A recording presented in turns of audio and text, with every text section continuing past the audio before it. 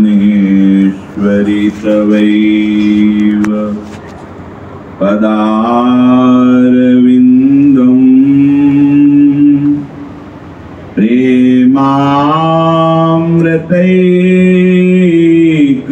प्रेमामृतैकमकरन्द रसौघपूर्णम्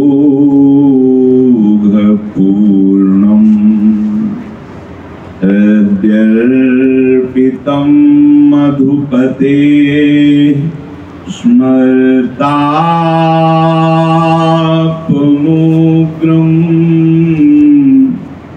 निर्वापयत् परमो शीतलमाश्रयामि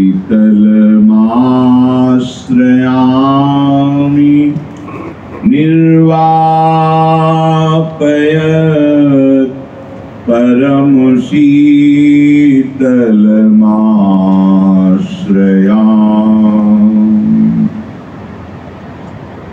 राधा राधा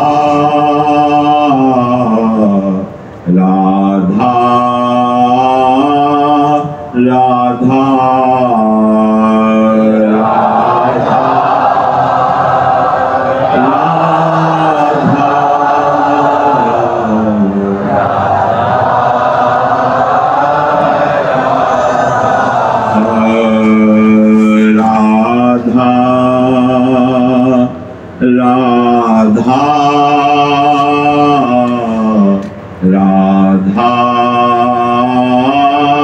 राधा राधा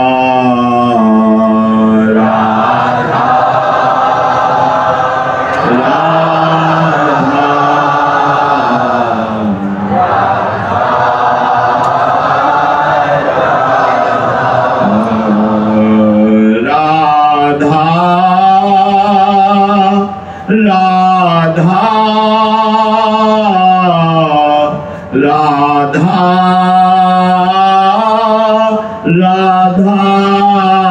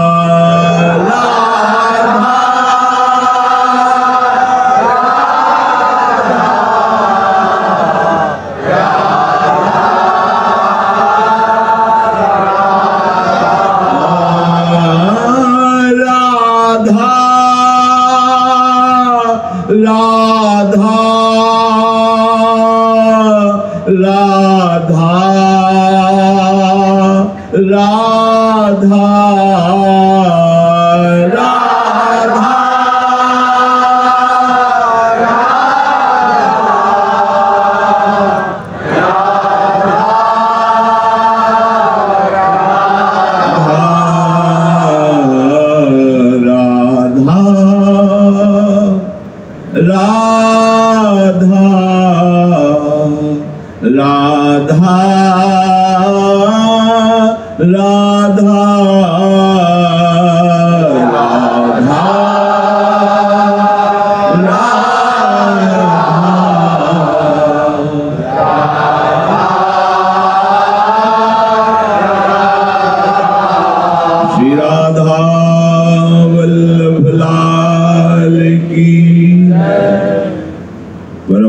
सच्चिदानंद घन आनंद समुद्र प्रेम समुद्र ज्ञान ऐश्वर्य वैराग्य अनंत शक्तियों के स्वामी आत्मस्वरूप प्रभु श्री कृष्णचंद्र जी अर्जुन जी को निमित्त बनाकर श्रीमद् भगवद गीतामृत का पान शरीरधारियों के परम मंगल के लिए परम पद महासुख के लिए दान करते हैं।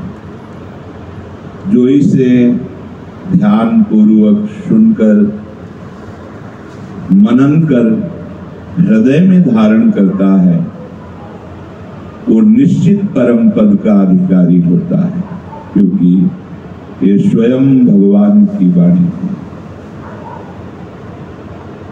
अर्जुन जी को कर्तव्य पालन में पाप भय शोक ये दिखाई दे रहा है। प्रभु ने सबसे पहले शोक का शमन करने के लिए शरीर और स्वरूप में आत्मा इसका वर्णन किया। शरीर को लेकर के शोक करना बनता ही नहीं, क्योंकि ये विनाशी है, और स्वरूप को लेकर शोक की कोई गुंजाइश नहीं है, क्योंकि वो अविनाशी है, अक्लिद्ध है, अशोष्य है, अदाय है। दूसरी बात पाप का कहीं भी कोई भी लेस तुम्हारे इस कर्तव्य पे नहीं है, क्योंकि जब कोई सुसुख वांछा से अपनी भोग वासना पूर्ति के लिए शास्त्र विरुद्ध आचरण करता है तो पाप लगता है।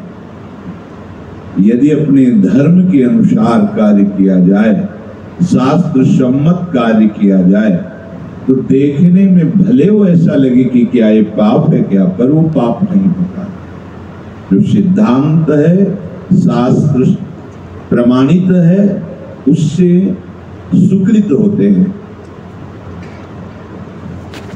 अगर सुकृत के फलों से भी निरपेक्ष हो जाए तो वही साधन बन जाता है भगवत प्राप्ति का। और रहा भय कि हमारा धर्म का नाश हो जाएगा, कुल की स्त्रियां पवित्र हो जाएंगी, वर्ण संकर संतानें पैदा होंगी। भगवान कहते हैं ये सब तुम्हारे अज्ञान की धरा की बातें हैं। यदि तुम हमारी बात मानकर अपने कर्तव्य का पालन नहीं करोगे तो लोग तुम्हारी जो प्रशंसा करते थे कि अहो भाग्य तुम्हें ऐसा अवसर मिला, सबके मनुष्य जन्म मिला, भगवत प्राप्ति का मार्ग मिला, सद्गुरुदेव मिले, अगर अब भी आप अपना उद्धार न कर पाए, इस कर्तव्य कर्म से विमुख हो गए, तो लोक लोकांतर में तुम्हें भटकना पड़ेगा और तुम्हारी निंदा होगी, अपमान होगा। अर्जुन इससे कह रहे हैं कि तुम्हारा छात्र धर्म है और बिना किसी हिचक के तुम्हें इस कर्तव्य का पालन करना चाहिए। न शोक, न भय, न पाप, इसकी चिंता मत करो, क्योंकि तुमने नहीं चाहा युद्ध, ये स्वयं प्राप्त हुआ है। हमने भी संधि का विधान किया, लेकिन वो लोग नहीं माने। वो कहते हैं बिना युद्ध के मैं सुई की नोक पर भूमि देने के लिए तैयार नहीं हूं, तो अब तुम्हें युद्ध करना ही चाहिए, तुम्हारा कर्तव्य है। प्रभु कह रहे हैं अवाच्य वादांश्च बहुन वदिष्यन्ति तवाहिताः निंदन सामर्थ्यम ततो दुख तरम किम। ये तेरे जो द्वेष करने वाले लोग हैं ना, इतनी अशांति पैदा कर देंगे कि तुम सह नहीं पाओगे। तेरी निंदा करेंगे, साहब बड़ा वीर बनता है, हम परमार्थ पथ पे चलेंगे, भजन करेंगे, और पीला पहन लिया, लाल पहन लिया, वृंदावन वासी हो गए। क्या हुआ? आ गए ना लौट के वहीं नाटक। हमें जो कर्तव्य प्राप्त हुआ है उस पर हमें सुदृढ़ होना। जब हम कर्तव्य पे चलते हैं फिर हमारी कोई निंदा करता है तो वो निंदा दुख प्रदान नहीं कर सकती, क्योंकि हम सत्य मार्ग पर चल रहे हैं, अपने कर्तव्य का पालन कर रहे हैं। पर यदि हम कर्तव्य से विमुख हो जाए फिर हमारी निंदा हो तो असहनीय, फिर आप सह नहीं पाएंगे। द्वेषी जन आपसे जब द्वेष का बर्ताव करेंगे, वो आप परमार्थ से अपने परम कर्तव्य से विमुख हो गए तो किसके बल पर सहेंगे? फिर वो असहनीय हो जाएगी। बहुत से ना कहने योग्य वचन तेरे लिए कहेंगे। निंदन तब सामर्थ्यम, तुम्हारी सामर्थ्य की निंदा कर। ततो दुख तरम मुकीम, इससे बड़ा और क्या दुख होगा? इसलिए मेरी बात मान। हतो वा प्राप्स्यसि स्वर्गम जित्वा वा भोक्ष्यसे महीम् तस्मादुत्तिष्ठ कौन्तेय युद्धाय कृत निश्चयः। निश्चय करो, अब हम अपने कर्तव्य से बिल्कुल नहीं डिगेंगे। कृत निश्चय, निश्चय बहुत बड़ी ताकत है निश्चय में। यहां जो प्रभु कह रहे हैं कि हतो वा प्राप्स्यसि स्वर्गम, अब देखो उस कर्तव्य कर्म की परिणाम वृत्ति को स्वयं भगवान वर्णन करते। इसलिए कर्तव्य प्रधान क्या है आगे खुद अर्जुन जी पूछेंगे कि आप हमें बताइए, तो बताते हैं मन मना भाव मत भक्तो मात्यादि माम नमस्ते। क्योंकि यहाँ जिस कर्तव्य पालन की प्रेरणा प्रभु दे रहे हैं उनका अवतार ही हुआ है।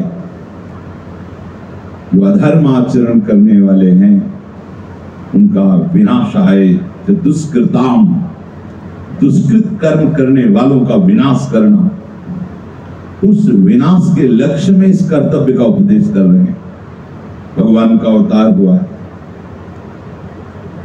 जो भगवत मार्ग में शास्त्र सम्मत चलने वाले हैं, परित्राणाय साधूनाम विनाशाय च दुष्कृताम धर्म संस्थापनार्थाय संभवाम युगे युगे। पर इस समय जो अर्जुन जी को कर्तव्य का भगवान उपदेश कर रहे हैं उसका फल क्या बता रहे हैं? कह रहे हाथों वा प्राप्स्यसि स्वर्गम और जित्वा वा भोक्ष्यसे महीम। यदि युद्ध में तुम मारे जाते हो तो तुम्हें स्वर्ग की प्राप्ति होगी।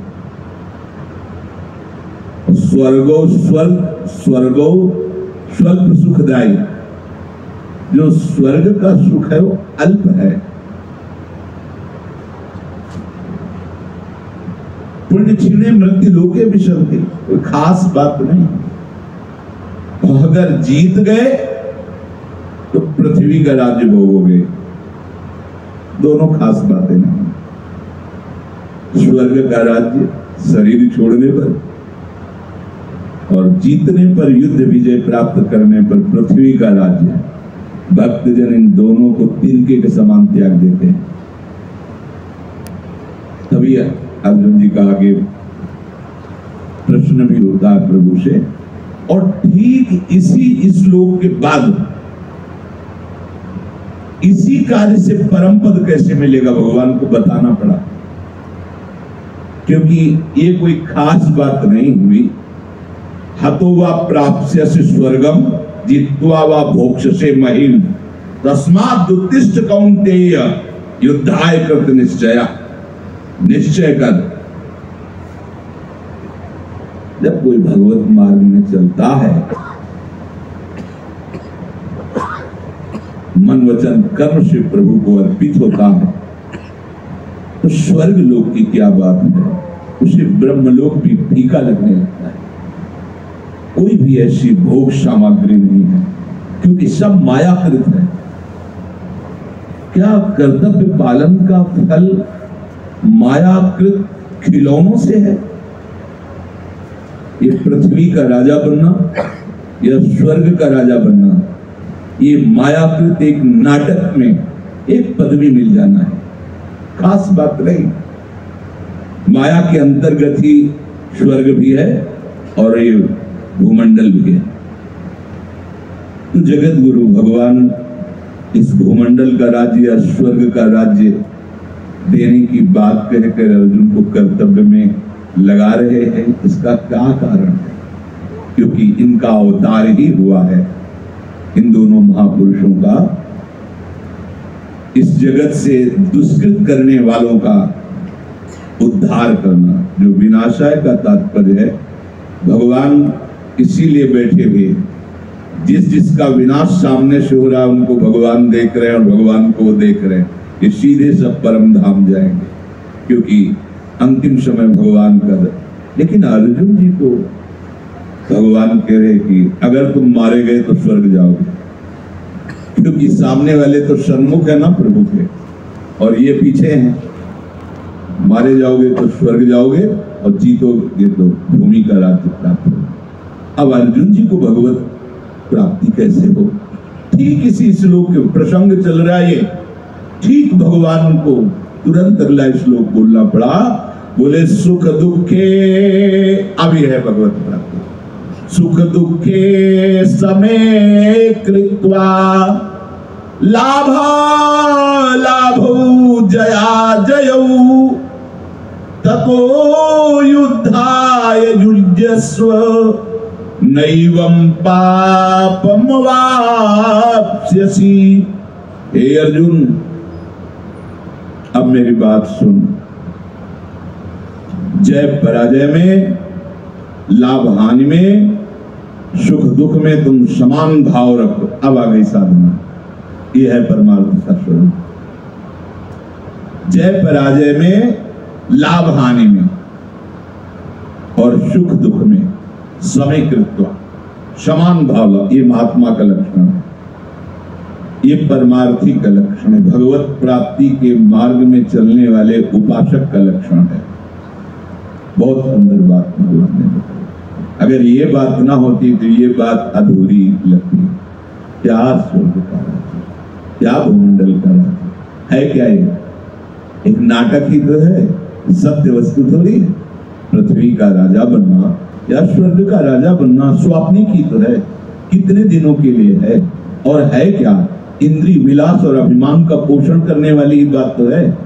जिस अहंकार ने मुझे जन्म जन्म तक नचाया, उसी अहंकार का और पोषण हो रहा है कि मैं चक्रवर्ती सम्राट हो गया हूं, मैं देवराज इंद्र की पदवी पे बैठा हूं। मिला क्या? मिलना तो इस मार्ग में तब माना जाता है जब अहंकार का नाश होता है, जब अहंकार का समर्पण होता है। इसलिए करुणा करके भगवान आगे का श्लोक जो बोले, ये समस्त उपासकों के लिए है, परमार्थ के पथिकों के लिए, चाहे वो गृहस्थ हो, चाहे विरक्त हो, चाहे वो ज्ञान मार्ग के हो, चाहे भक्ति मार्ग के हो, चाहे कर्म मार्ग के हो, सबके लिए इस श्लोक परम पद में आरूढ़ करने के लिए भगवान ने कहा। प्रभु कहे कि कोई भी कार्य होता है उसमें सबका उत्साह होता है जय प्राप्त हो, खेल हो, कोई भी व्यापार, कुछ उसमें मैं सबसे श्रेष्ठ हूं और विजय प्राप्त करूं। अगर मैं अमुक कार्य में लगा हूं तो वो सफल हो ही जाना चाहिए।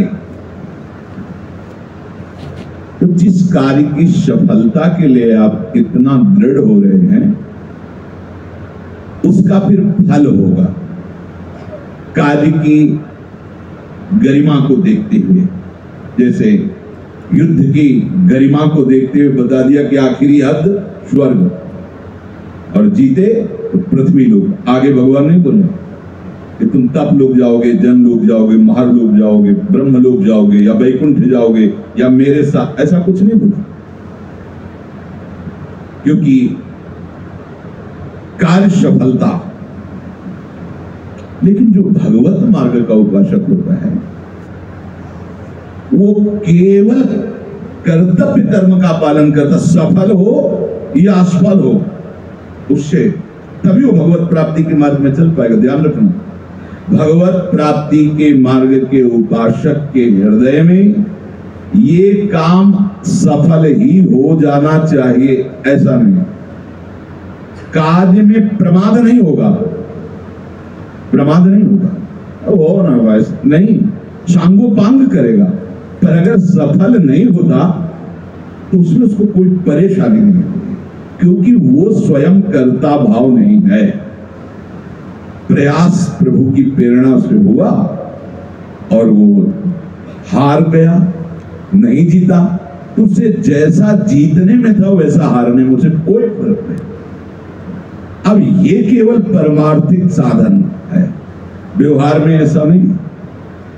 अगर वो हार गया तो जीतने वाले का विनाश सोचेगा।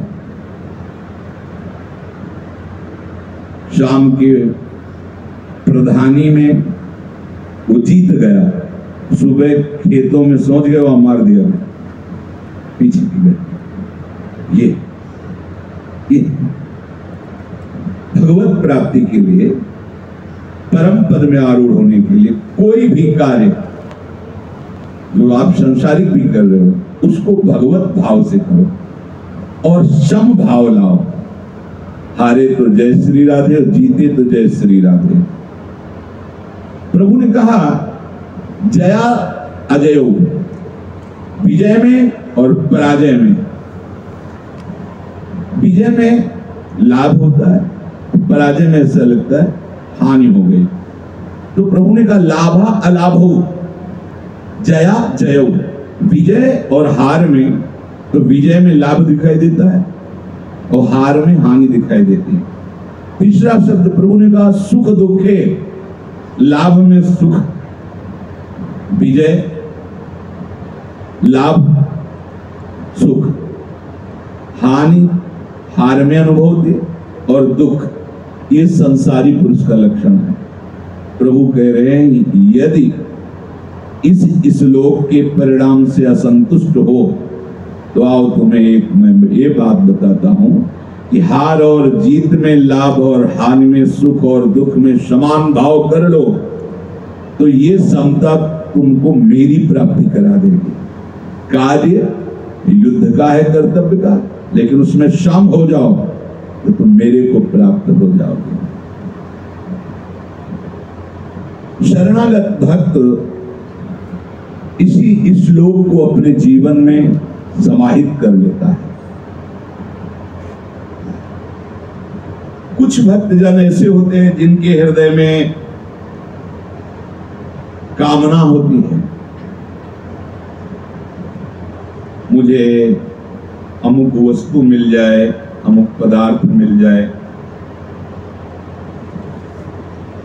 और वो केवल प्रभु के आश्रित होकर। ध्यान रखना, बहुत ध्यान से सुनना, क्योंकि ये हमारे भक्ति की दृढ़ नींव है। अगर ये हिल गई तो फिर चल नहीं पाओगे इस मार्ग में। भक्त के हृदय में अभी वो स्थिति तो आई नहीं, तो चाह होती है। चाह का मतलब होता है अभाव, अभाव में ही चाह होती है, समझ रहे? कमी में चाह होती है।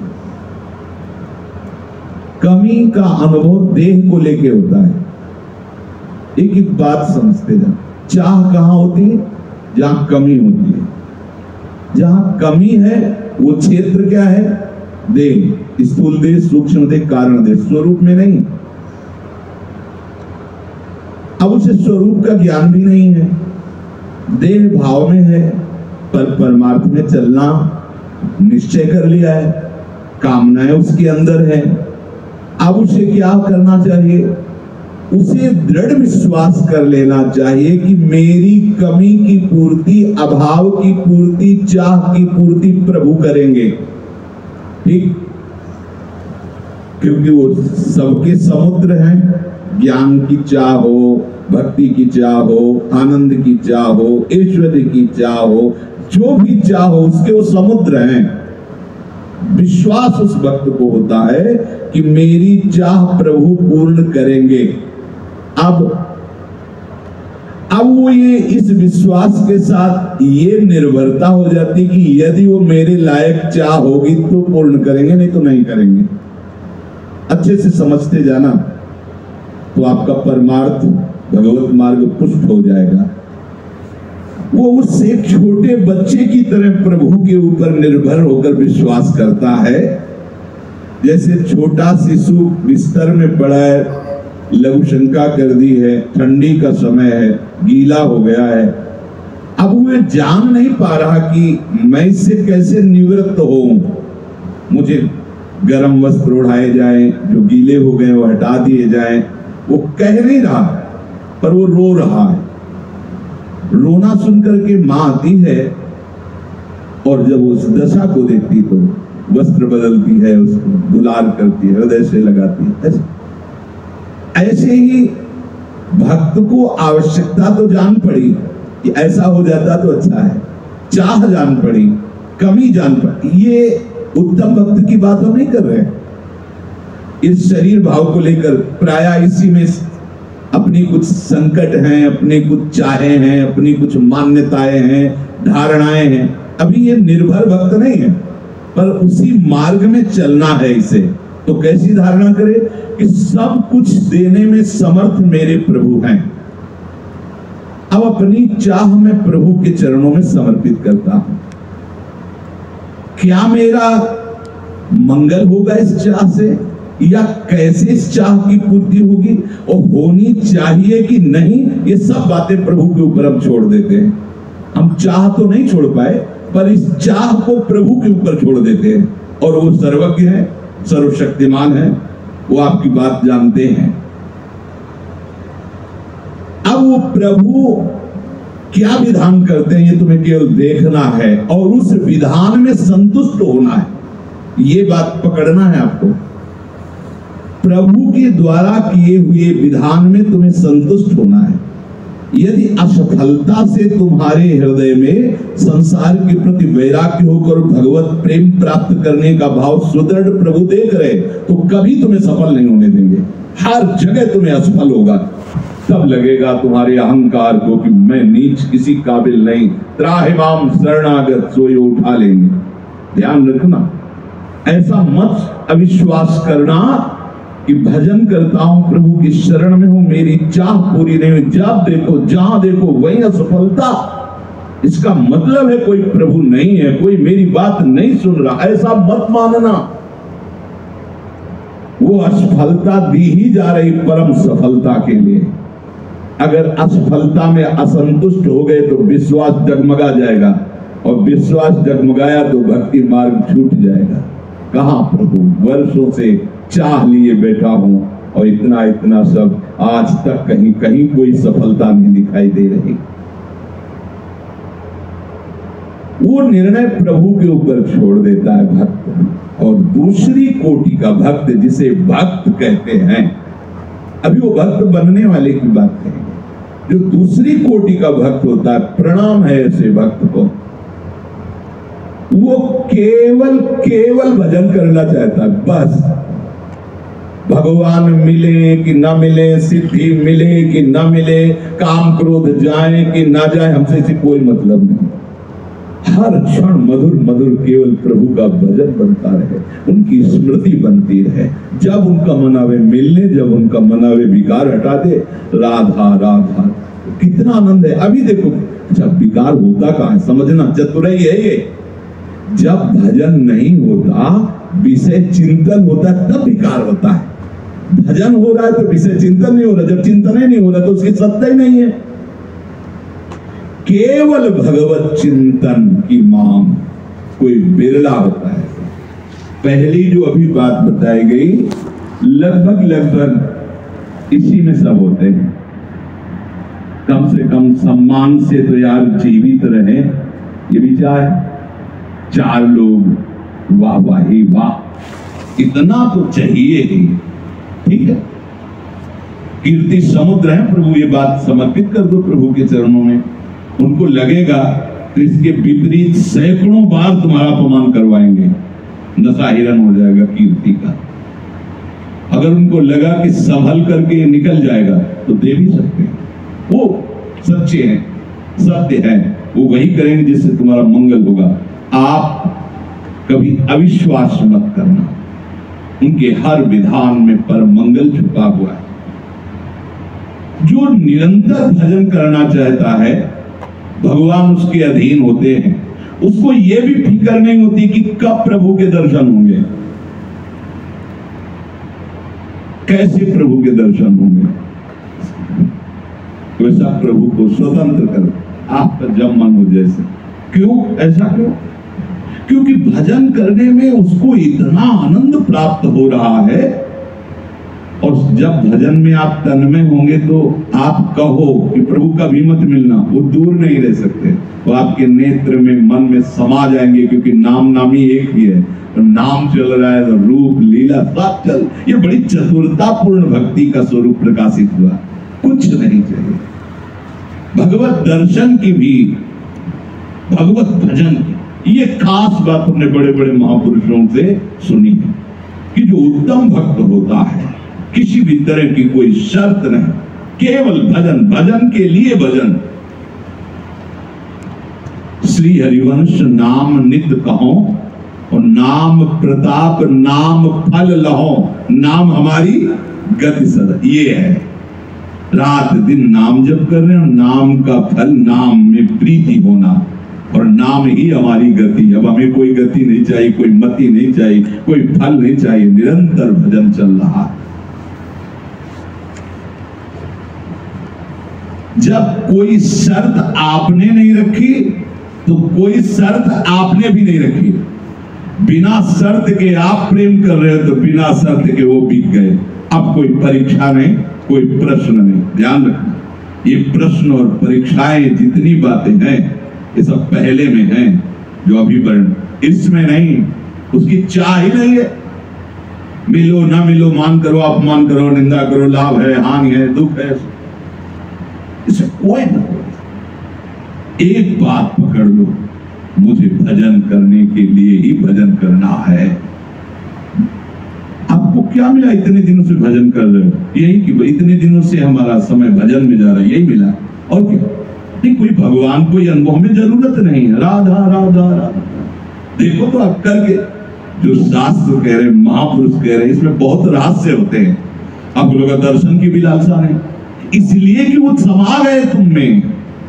रोम रोम हरि रमि रहे, रही नहीं कोटो। आप देखो तो कर, ये संतों की बड़ी रहस्यमयी वाणी होती है।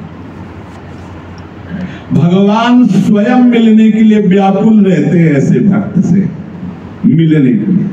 भगवान स्वयं सेवा का अवसर देखते रहते, तभी मल भरी लंगोटी धो रहे हैं।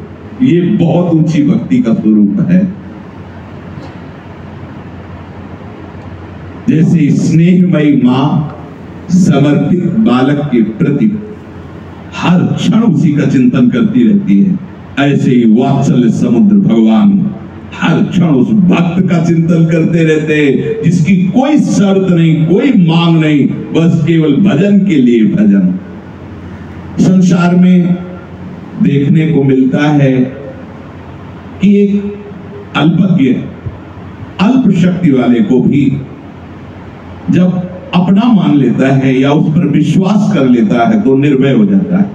जैसे एक पत्नी पति को या किसी बलवान को, एक परिवार में दूसरे किसी बलवान को, या जैसे कोई रोगी किसी डॉक्टर को, अब वो क्या औषधि दे रहा, कोई परिचय नहीं, और उसने कह दिया तो हम ये डिग्रियां प्राप्त की है, इस रोग के हम ज्ञानी हैं, हम जो औषधि देंगे बिल्कुल निश्चिंत हो जाओ, आप रोग मुक्त हो जाओगे। हम विश्वास कर लेते हैं और कहीं न कहीं हमारे हृदय से भय जाने लगता है कि अच्छा डॉक्टर मिल गया है, लेकिन वो धोखा है, वो अल्पज्ञ है, उसको एक सीमा का ज्ञान है।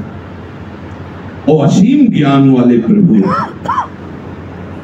आज तक प्रभु के द्वारा कोई धोखा नहीं हुआ किसी के साथ, कहीं कोई इतिहास में मंगल भवन है। जिनको तीक्ष्ण बाणों से बेधा, उनको भी ऋषि मुनियों के द्वारा वांछित परम पद प्रदान किया, ऐसे मंगल भवन है। हमारा पूरा का पूरा समर्पण प्रभु के चरणों में हो जाना चाहिए। ये वही कर सकता है जिसका ध्येय बन गया है संसार से मुक्त होना। कोई भी लौकिक पारलौकिक पद, ऐश्वर्य, भोग सामग्री अगर आपके हृदय में इनका स्थान है तो आप पहले जो वर्णन हुआ उस कोटि के भक्त हैं। उसके लिए भी उपाय बता दिया, समर्पित करके निश्चिंत हो जाओ। जैसा विधान हो रहा है, दुख सुख के समय कृत्वा लाभा लाभो जया जयो, वो चाहे सफल हो या असफल हो, लाभ हो या हानि हो, सुख या दुख हो, समान रखना, क्योंकि वो सर्वज्ञ वही विधान करेगा जिससे तुम्हारा मंगल होगा। जब साधक लौकिक पारलौकिक समस्त भोगों से वैराग्य प्राप्त कर लेता है, तब उसके हृदय में दैवी शक्तियों का प्रादुर्भाव होता है, दिव्य। उसका अंतःकरण एकदम निर्मल शुद्ध सात्विक होने लगता है। इंद्रियां स्वाभाविक अंतर्मुख रहती हैं, बहिर्मुखता नष्ट हो जाती, क्योंकि चाह से ही बहिर्मुख होता है। घर से बाहर कब निकलता है? जब काम होता है। अब काम है नहीं, चाह है नहीं, तो इंद्रियां अंतर्मुख हो गई, बहिर्मुख नहीं। मन को विषय अच्छा ही नहीं लगता। कैसी सुंदर स्थिति है। मन को विषयों से हटाते उसी में चिपकता है, क्योंकि मल युक्त है। और जो केवल भजन के लिए भजन करता है, उसकी इंद्रियां अंतर्मुख हो जाती है, हृदय पवित्र हो जाता है, मन विषयों की तरफ जाता ही नहीं है। आई बात देखो, इतना एकाग्र मन हो जाता है कि सुख है तो भजन चल रहा है, दुख की परिस्थिति है तो भजन चल रहा है, शीत है तो भजन चल रहा है, उष्ण गर्मी है तो भजन चल रहा है, मान है तो भजन चल रहा है, अपमान है तो भजन चल रहा है, कोई निंदा कर रहा है तो भजन में फर्क नहीं, कोई प्रशंसा कर रहा है तो। ये करना नहीं पड़ा उससे समान भाव। एक होता है समान भाव करना और एक होता भजन के बल से स्थिति आना। जिसने ये नियम ले लिया है भजन के लिए, भजन बहुत काम की बात है, बहुत अंतिम विश्राम की बात है। अब प्रभु की प्राप्ति के साधनों में सबसे श्रेष्ठ साधन है संत सदगुरुदेव के वचन पर विश्वास। संतों से सुना गया है कि प्रभु के सिवा तुम्हारी कहीं तृप्ति नहीं हो सकती। मानो इस बात को, अनुभव करके तुम नहीं ढूंढ पाओगे, क्योंकि बहुत जन्म हो गए अभी तक अनुभव नहीं कर पाए। तो अगर सोचो कि मैं भोग करके अनुभव कर लूं तो कभी इसमें विश्राम नहीं मिलेगा, कभी तुम अनुभव ही नहीं कर पाओगे। तो क्या करें? अनुभूत महापुरुषों के वचनों को मान करके छोड़ दें और पकड़ लें। प्रभु के नाम रूप को पकड़ ले और संसार के नाम रूप विषयों को छोड़ दे। ये शंका तुम्हारे हृदय से चली जानी चाहिए कि विषयों में सुख है ना कुछ तो है। ये शंका जब तक बनी रहेगी तब तक बहुत परेशानी है। मान लो कैसी दशाएं हैं, रो पड़ते हैं लोग कि नहीं सहा जा रहा। अरे पागल, तेरे को क्या कष्ट हो रहा है? तेरा मन है, उसने बुरे आचरण किए, वो जल रहा, तू अलग हट। और वो ये कला नहीं पता ना, अभी तक उसी के साथ रहा है, तो कैसे हटूं, कहां जाऊं? इसलिए गुरु शरणागत की आवश्यकता है। केवल कंठी बंधवा लेना, तिलक लगवा लेना, यही गुरु शरणागति नहीं। हृदय को गुरु चरणों में समर्पित करना, तो वहां की बात धीरे धीरे हृदय में आने लगती है। ये उपदेश से भी ज्यादा काम उनकी कृपा शक्ति करती है, उनकी दृष्टि। समझिए बात, वो जा रही बात और समझा रही अंदर से। जब चित्त का समाधान हो जाता है, कई बार कहा है कि चित्त का समाधान तो हो ही जाना चाहिए। क्या प्रियालाल के सिवा हमारा कोई नहीं। हमारे जीवन की परम शांति और विश्राम का स्थान श्री राधाजुग चरण निवास। हमें अगर बात माननी है तो सिर्फ सदगुरुदेव संत भगवान की, दूसरे की नहीं। अब उसे प्रभु के सिवा कुछ अच्छा नहीं लगता। अब उसकी सारी की सारी स्थूल सूक्ष्म कारण की चेष्टाएं केवल प्रभु के लिए होती है। कितना बढ़िया बन गया, सब कुछ अपने आप छूट जाता है। अगर गुरु शरणागति के भाव को आप तौल करके देखिए तो आप कहां वो छोड़ने में और कहां आपको कौन पकड़े हैं। कैसे छूट गए। देखो, कब आपने वेदांत स्वाध्याय किया कि ब्रह्म सत्यम जगन मिथ्या, और कब आपने तपस्या की जिसके प्रभाव से अंतःकरण शुद्ध हुआ और आप संसार से वैरागी बने। कब? ये क्या है? ये केवल गुरु कृपा दृष्टि का प्रताप है। ये 4 प्रकार का होता है। भगवत प्राप्ति के मार्ग में चलने वाले उपासकों की जो लालसा है, तो 4 प्रकार के उपासक हैं।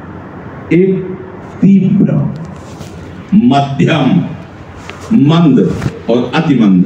ये 4, तीव्र, मध्यम, मंद और अतिमंद। अगर भगवत प्राप्ति के मार्ग में नहीं चलता तो आध्यात्मिक, आदि भौतिक और आदि दैविक 3 कष्ट उसे देते ही रहते हैं। मानसिक रोग, बहुत ज्यादा लोग परेशान हैं इस रोग से। 100 में 99 बहुत बुरी दशा पैदा की है मन। हम देख रहे हैं ना, जब वो बहुत ज्यादा मानसिक रोग से ग्रसित हो जाते हैं तो उसी को डिप्रेशन कह दिया जाता है, विक्षिप्त कह दिया जाता है। कहा जाता है कि इनका दिमाग खराब हो रहा है, खिसक गया है। ये सारा का सारा मानसिक है। नकारात्मक चिंतन करते करते वो अंतिम अवस्था में पहुंच जाता है। हर समय भयभीत रहता है, हर समय कामना कल्पना उसको जला। कैसा जीवन है, दवाइयों पे दवाइयां, बस पड़े पड़े कल्पना भय की, और बस मर रहा हूं, हर समय मर रहा है व्यक्ति। देखो, मानसिक है, मुझे कोई बचा ले, मैं बहुत परेशान हूं, घबराहट पैदा हो रही है। केवल मान, ये जानते क्यों हुआ है? क्योंकि खूब मनमानी भोगों का चिंतन, भोगों की क्रियाएं, तो वही मन तुम्हें कहां पहुंचा दिया। सावधान हो जाइए। ये जो रोज सत्संग मिल रहा है, हाई डोज है, अगर इसको आप पचा गए तो कोई भी ताप तुम्हें स्पर्श नहीं कर सकता, न दैहिक, न दैविक, न भौतिक। देख, हम प्राय इसी बात से गुजरना होता है। मानसिक रोग से ग्रसित है, मुझे काम सता रहा है, मुझे वो ईर्ष्या, वो ऐसा पर, उस दुष्ट का सहयोग कर रहे हो जिसने तुम्हें सदा सताया है। अगर इसका सहयोग करोगे तो आप तुम्हें अंतिम स्थिति तक पहुंचा देगा, तुम्हारे हाथ से ही तुम्हारी हत्या करवा देगा। ऐसा दुष्ट है मन। अगर सही चल गए तो भगवत स्वरूप है मन। दोनों बात समझना। ये मानसिक रोग का निवारण कहां से होता है? सदगुरु कृपा से। इसके लिए औषधियां काम नहीं करती, पर वो समझ नहीं ना। किसी से कहा कि तुम बड़े बड़े औषधियां खा रहे हो, मानसिक रोग से ग्रसित हो, डिप्रेशन में बने रहते हो, यहां बैठ के सबके जूते साफ किया करो। उनको मजाक लगा। यहां सब बैठते हैं, झाड़ू लगा दिया करो, गली में झाड़ू लगा दिया कुछ तो। क्यों ऐसा हमने क्यों कहा? क्योंकि बहुत जल्दी पाप नष्ट हो जाएंगे। जब भक्तों की चरण धूलि जो गिरी है, वो जो बहुत उनकी जब पादुका, ये मानसिक जो लोग कहते हैं ना कि मन से पाप करने का क्या दंड होता है, तो मन ही को दंड होगा। लो मानसिक रोग भोगो, हर समय वही विषय चिंतन, नकारात्मक चिंतन, भगवत विमुक्ता का चिंतन, तो आ गया ना मन उसी लाइन, तुम्हें ही मार रहा है। तो औषधियां सब कोई समझाने से, बाहर से चाहे जितना समझाने हो, उसको क्या कहते हैं, उस पदवी को जो बाहर ऐसे लोगों को समझाते हैं, उनको काउंसलर क्या है, हाँ जो भी है, हमें तो अंग्रेजी ज्यादा आती नहीं, वही ऐसे। तो अब वो क्या समझाएंगे? बातें ही तो समझाएंगे। पावर कहां से मिलेगा? औषधि से नहीं, भगवान नाम से। अगर तुम्हारा मन बेपरवाह होकर नाचने न लगे तो बताना, मृत्यु का भय, लोक का भय, सब भय नष्ट हो जाएंगे। अभय भुज दंड मूल पीन अंश सान को, हर औषधि का बाप है कृष्ण नाम, राधा नाम। आप इसका रसास्वादन करके तो देखे, पर इसके लिए भी तो थोड़ी पवित्रता चाहिए, नहीं तो जपने थोड़ी देगा। कहां जपने देता है? क्लेश पर क्लेश। और शारीरिक रोग कहना ही क्या है, सबके शरीर रोग से ग्रसित हो रहे हैं। ये आध्यात्मिक मार्ग में न चलने के कारण ये दंड प्राप्त हुआ है। ध्यान रखना, हम पाप नहीं करते तो भजन करने की आवश्यकता क्या है? ये पाप है। भजन के लिए जन्म मिला, भजन नहीं किया ना, तो जिस मन और तन से तुमने भोगों को भोगा, उनका चिंतन, उनकी क्रिया की, उन्हीं को रोग से ग्रसित करके उन्हीं की आसक्ति तुम्हें जलाएगी और दुर्गति करेगी। देखो ना,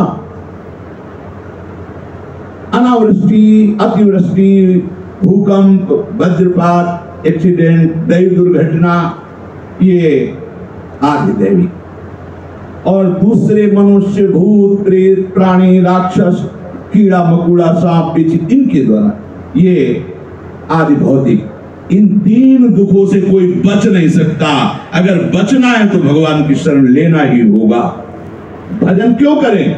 इसलिए करो, भजन करना ही होगा। हमने एक काफी धनी आदमी से मिले, जब भ्रमण करते थे, कई गाड़ियां उनके साथ, एकदम बाबूजी कमल के फूल जैसे सुकोमल है, रो पड़े। अब कोई ऐसी सुख सुविधा नहीं जो ना हो, जब जो चाहे। फैक्ट्रियों के मालिक थे, कानपुर फैक्ट्री इलाका बहुत है, तो जब जो चाहे वो मिलता है, पर हर समय हृदय जलता रहता है, नींद नहीं आती, औषधि पे औषधि लेता हूं, सब बड़ा परेशान हो गया हूं। आपका नाम सुना था इसलिए आए यहाँ, वो हम कोई डॉक्टर थे, उनका सुना था कि आप, तुम कहा लिखो, दवा लिखो, आज के बाद पर स्त्री से व्यभिचार नहीं करोगे, शराब नहीं पियोगे, मांस नहीं खाओगे, आप ये द्वीप की जुआ नहीं खेलोगे, नाम जपो इतने समय, और 10 बजे से लेट जाओगे, 4 बजे जग जाओगे, नींद आवे ना आवे, 2-4 दिन आप ऐसा कर, कभी दोबारा जिंदगी में नहीं आए। हमारी औषधि किसको बचेगी? कह रहे हैं कि जो परिग्रह मात्र को विष समझकर त्याग देता है, परिग्रह, जो भोग अच्छा लगता है उसको समीप रखने की इच्छा होती है, परिग्रह मात्र को, समस्त भोगों को विष की तरह त्याग कर कैसे प्रभु का भजन निरंतर हो, ऐसी जलन हर समय बनी रहती, उसे तीव्र भगवत प्राप्ति की लालसा कहते हैं। तीव्र 4 प्रकार की बताएं। सबसे श्रेष्ठ भगवत प्राप्ति की लालसा है, कोई धर्म, कर्म, भोग, सामग्री, व्यक्ति, मित्र, किसी से मिलने की इच्छा नहीं, अब और कुछ करने की इच्छा नहीं, अब और कुछ भोगने की इच्छा नहीं, निरंतर भजन में डूबना। हम भगवत प्राप्ति की इच्छा नहीं कह रहे, निरंतर भजन में डूबना हमारा केवल लक्ष्य, हर समय प्रभु से जुड़े रहना। प्रभु, वो शरीर की चेष्टा, मन की चेष्टा, बुद्धि की, सबसे, इसे तीव्र लालसा कहते हैं। दूसरा, मध्यम, बहुत जलन हो रही है मन में, शरीर रोग से ग्रसित हो गया है, परमार्थ में चलने में ही सुना है कि अब मंगल हो सकता है, भोगों का त्याग करना कहते तो हैं संत जन, तो भोग का त्याग कर देना चाहिए या रहते हुए वही भजन का अभ्यास करना चाहिए? ये बहुत चतुर है मन। देखो, देखते हैं अभी तो घरे में रह के, जैसे सुना सत्संग में कि ऐसा भोग त्याग करने से ही शारीरिक मानसिक सब क्लेश नष्ट होते हैं, भगवत भजन करना चाहिए त्याग करके। तो त्याग करें या घर में रह के? घर में ठीक है, नहीं यार, त्याग तो करना ही पड़ेगा। ऐसे जो समय व्यतीत कर रहा है, न छोड़ पा रहा है न पकड़ पा रहा है, पर अंदर से लालसा उसके बन रही कि मैं निरंतर भजन करूं, भगवत प्राप्ति करूं, इसे मध्यम लालसा कहते हैं। मध्यम लालसा, वो झूलता रहता है, निर्णय नहीं कर पाता है, और पता नहीं भोग छोड़कर यदि मैं वैराग्य तो निर्वाह कर पाऊं कि ना कर पाऊं, चल पाऊं कि ना, आगे चलकर कहीं कोई विकार आ गया तो, आगे चलकर कोई समस्या आ गई तो, आगे चलकर जिसके सहारे हम भजन छोड़ रहे वही हमारा साथ छोड़ दे तो, कई तरह के संशय लेकर इस मार्ग में आगे बढ़ने की लालसा रखना, उसे मध्यम लालसा कहते हैं। और भगवत भजन तो करना ही है। अरे अभी जवान है यार, पहले ब्याह करो, भोगों का अनुभव कर, बड़ा समय है भजन के लिए। अभी कोई ये संत महात्माओं की तो बातें अलग है भाई। हम नहीं कहते कि भजन नहीं कर, भजन करना है, और भगवान ने सब भोग बनाए, इनका भी अनुभव करना है। बहुत समय है अभी, खेलने खाने का समय है। चंदन भस्म लगा के मुड़ मुड़ा के मारिए, ये बात बुढ़ापे। पहले संसार के कर्तव्यों को निभाएं। देख लो, बहुत परम प्रवीण भगवान कह रहे हैं, जीता तो स्वर्ग मिलेगा, मतलब मरा तो स्वर्ग मिलेगा, जीतेगा तो भूमिका। ना कहा है प्रेम, ना कहा है मोक्ष, ना कहा है परम पद। बहुत बढ़िया भगवान ने बात कही। देखना कि हमारा कर्तव्य क्या है, उसका परिणाम क्या है।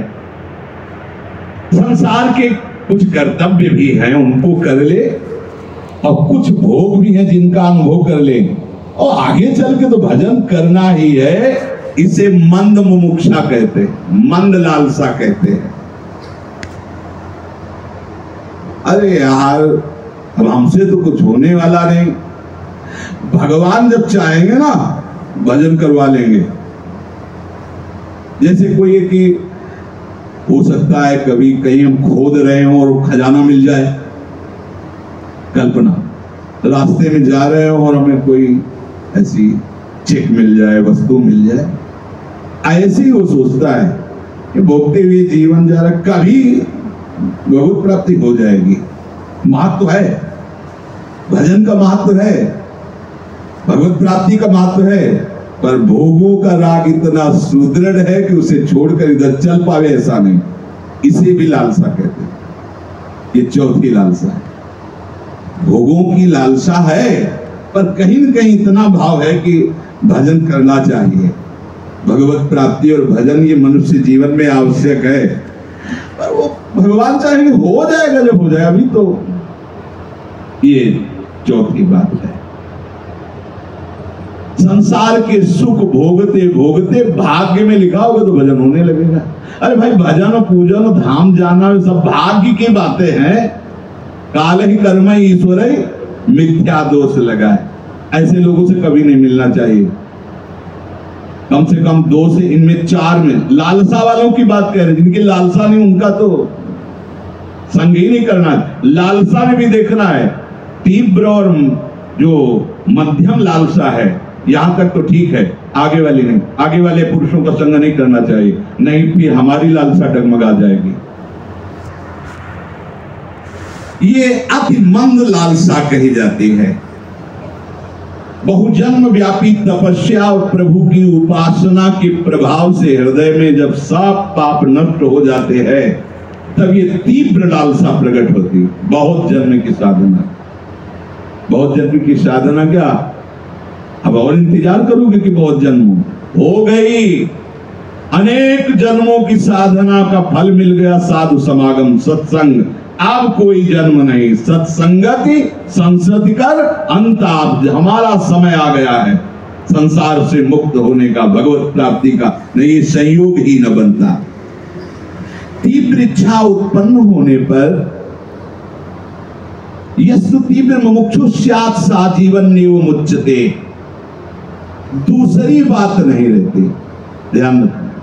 जब तीव्र लालसा पैदा होती है तो उसको कुछ समझाया जाए। धर्म ऐसा कहता है, कर्तव्य कुछ समझ में नहीं आएगा, बस एक ही बात समझ में आएगी कि तुम यहां से चले जाओ, हमें भजन करने दो। रात दिन भजन और कुछ नहीं, कुछ समझ में नहीं आता, नहीं आता। गुरुजन समझाते तो भी समझ में नहीं आता। जब काशी में आश्रम से हट करके घाट में आए तो सुबह गुरुदेव भगवान आए, दंड लिए, साक्षात नारायण देखा, साष्टांग प्रणाम किया, घाट में बुर्जे से बैठ गए। क्या उद्दंडता कर रहे हो, क्या है?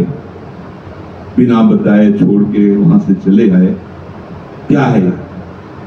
उनका महाराज जी आपसे तो कोई छुपाव है।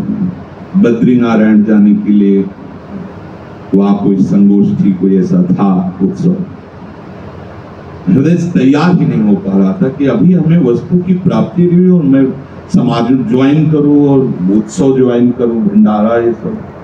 महाराज जी आपसे हृदय की बात कहते हैं, हम घर से भागे थे भगवत प्राप्ति के लिए।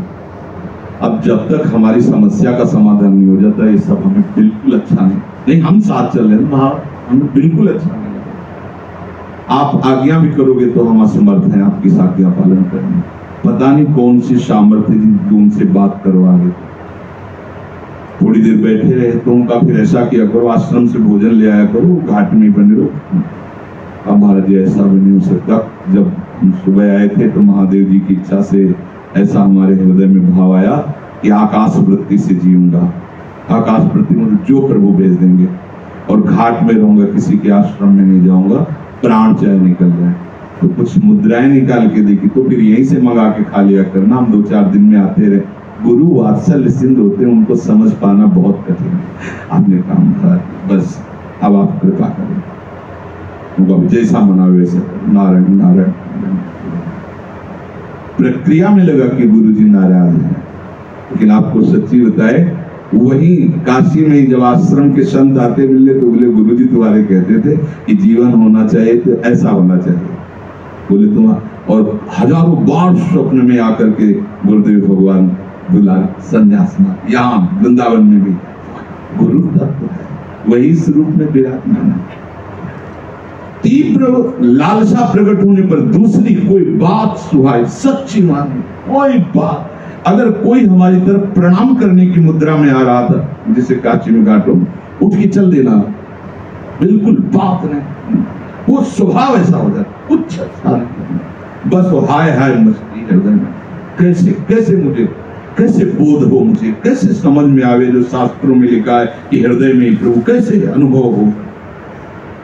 जिस उपाय से उसे प्यारे का मिलन संभव दिखता है, लोक परलोक या किसी की कुछ भी परवाह न करके वो उसी उपाय में लग जाता है। प्रिय मिलन की उत्कंठा उसे उन्मत्त बना देती है। प्रिय की प्राप्ति के लिए दान मान धान धर्म कर्म सभी का त्याग कर देता है।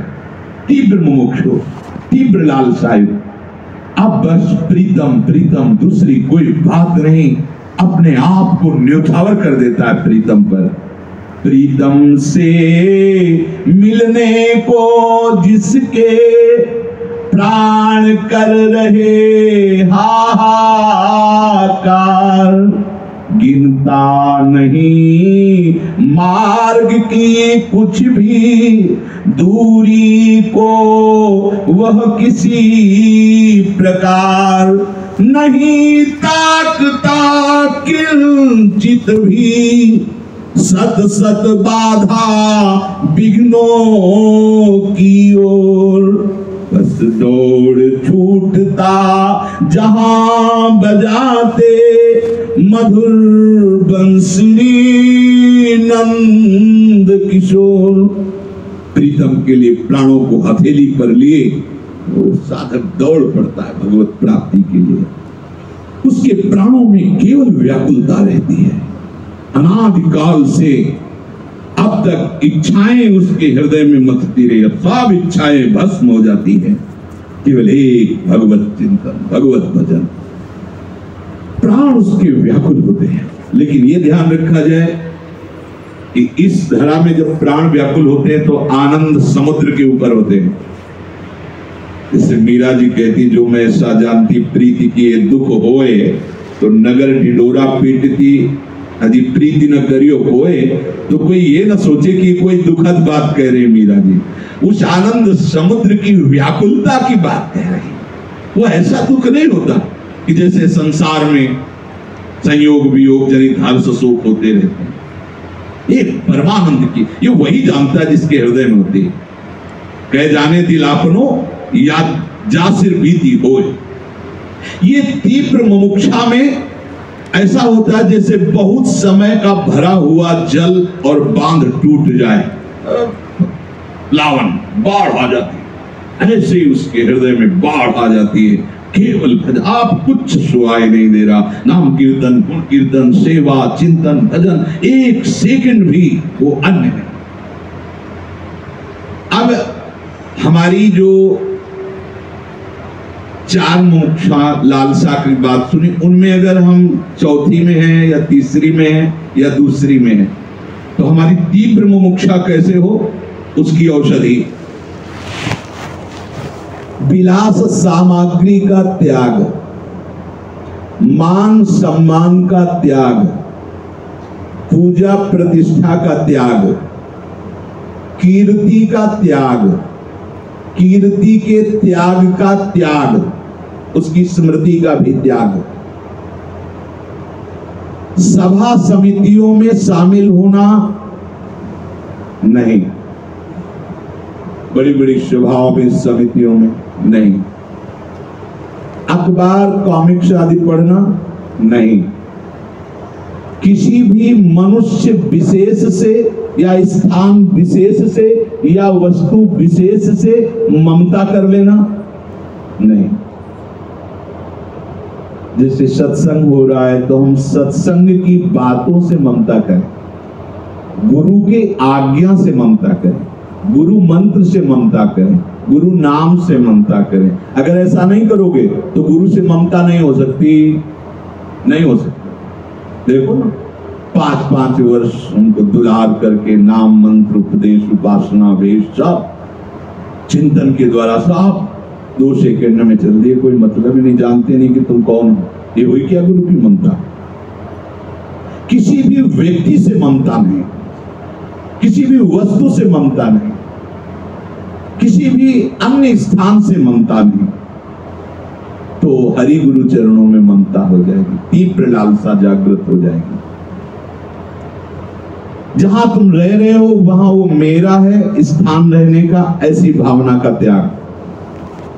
अनिकेत श्री जी का घर है, श्री जी की कुटिया है, सेवा भाव से इसमें हम रह रहे हैं। जो गुरुदेव ने साधन दिया उसमें कभी भी आलस्य न करना, ना दीर्घ सूत्रता करना। दीर्घ सूत्रता अरे कर लेंगे, शाम की कर लेंगे, 2 माला ज्यादा कर लेंगे, नहीं, अगर सुबह का समय है तो सुबह ही करेंगे, शाम के और इस तरह करेंगे। आलस्य नहीं, दीर्घ अरे प्रमाद नहीं, गुरु के वचनों पे अश्रद्धा नहीं, क्योंकि जब सदगुरुदेव के वचन प्रकट होते हैं तो हमारी बुद्धि उनको फिल्टर करना शुरू कर देती है। अपने अनुकूल जो बढ़ेगा वो लेंगे, नहीं तो छोड़ दिया। नहीं, वहां अनुकूल प्रतिकूल नहीं, उसमें भूसी नहीं है, सीधे सीधे जो भी छोड़ोगे वो सीधी वस्तु छोड़ रहे हो, उसमें तुम्हें विचार करने की जरूरत नहीं। संसारी पुरुष के वचन पर विचार करने की जरूरत है, लेकिन बिना ही विचार करी शुभ जानी, गुरुदेव के वचनों पर विचार करने की जरूरत नहीं है। कभी किसी से अपनी बात को नहीं कहना। भाई हमने तो जीवन में यही समझा निरंतर भजन होना चाहिए, कुछ नहीं। आप क्या महापुरुषों से पूछो, संतों से पूछो, हम तो कुछ नहीं जानते, इतने है प्रभु की शरण में पड़े हैं।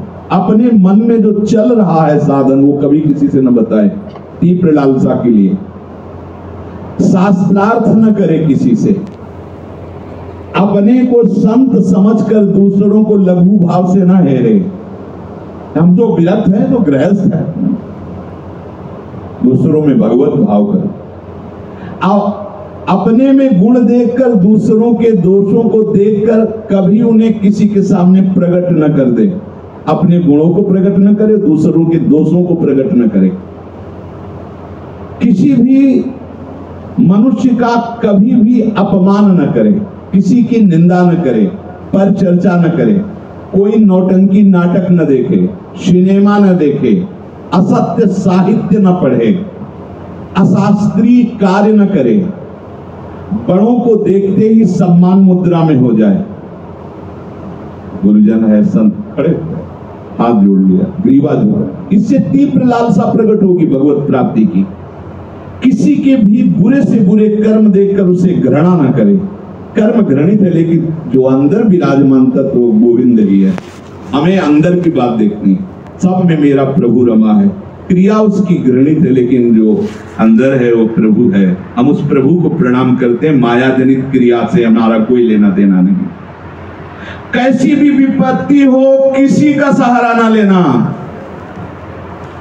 है ना। जान बाहो प्रभु, केवल उन्हीं का, दूसरे से नहीं। कभी घबरा ना जाना, कैसी भी समस्या हो केवल प्रभु की तरफ देखना, घबराना नहीं। और कैसी भी अनुकूलता आ जाए हर्षित होकर किसी के ऊपर ये आरोप मत कर देना कि इनके सहयोग से बात पर नहीं, दिखाई दे रहा है इसने स्पष्ट किया, पर ये तुम्हें मानना है कि निमित्त बनाया है प्रभु ने किया है। ये क्या प्रभु ने किया। जगत के विषयों की प्राप्ति में कहीं भगवत कृपा ना देखना, तीव्र लालसा के लिए हमने चाहा था कि ऐसा ऐसा हो जाए, हो गया, देखो बड़ी कृपा है ना। नहीं, ये कृपा नहीं, ये तो शुभ अशुभ कर्मों के परिणाम स्वरूप होता रहेगा। अभी आपने कृपा मान लिया और कल ये नष्ट हो जाएंगे, तब हमारा कृपा का सीधा संबंध भगवत स्मरण से है। हरिवंश कृपा हरिवंश का है। यदि हमारा निरंतर नाम चल रहा है तो कहने की जरूरत नहीं, कृपा है। और अगर नाम नहीं चल रहा है तो हम उसे कृपा नहीं कहेंगे, चाहे जितनी अनुकूलता मिल जाए। किसी भी साधन सिद्धि का अनुभव होने लगे उसे स्वीकार मत करना। तुम्हारे मन की बात, ये बहुत छोटी छोटी बातें है, मन की बात जानने, इसका नाम क्या है, कहां से आया, क्या करने आया, कभी इसका प्रयोग न करो, किसी को जानने न दे, अंदर ही अंदर इसे भस्म कर दे। प्रयोग नहीं करोगे तो अपने आप चली जाएगी। छोटी मोटी सिद्धियां आती रहती हैं भजन मार्ग के पथिकों में, वो गर्व नहीं करता, जहां देखा ऐसा अच्छा, बस उसका प्रयोग बंद, प्रयोग करना ही नहीं, वो खत्म हो जाएगी। जैसे मन तुम्हारे अंदर काम क्रोध प्रकट कर रहा है, उसकी बात सुनो मत, खत्म हो जाएगा। किसी कारणवश आपने कोई बात सोची और वो घट गई, यद्यपि सत्य मार्ग में चल रहे तो पावर तो है ही, अच्छा ऐसे से ऐसा हो सकता है, वैसा ही हो जाए, उसी समय हो जाए, बड़े बड़े चमत्कार आने लगे, लेकिन कभी भी उसका प्रयोग ना करें तो क्या होगा, तीव्र भजन की लालसा जागृत हो जाएगी। नहीं, बहुत साधक इन छोटी मोटी बातों में फंस करके मार्ग से भ्रमित हो जाते हैं। इसलिए सावधान होकर, हमारा उद्देश्य भजन, भजन का फल भजन, हमारा उद्देश्य भजन और भजन का फल केवल भजन। श्री राधा।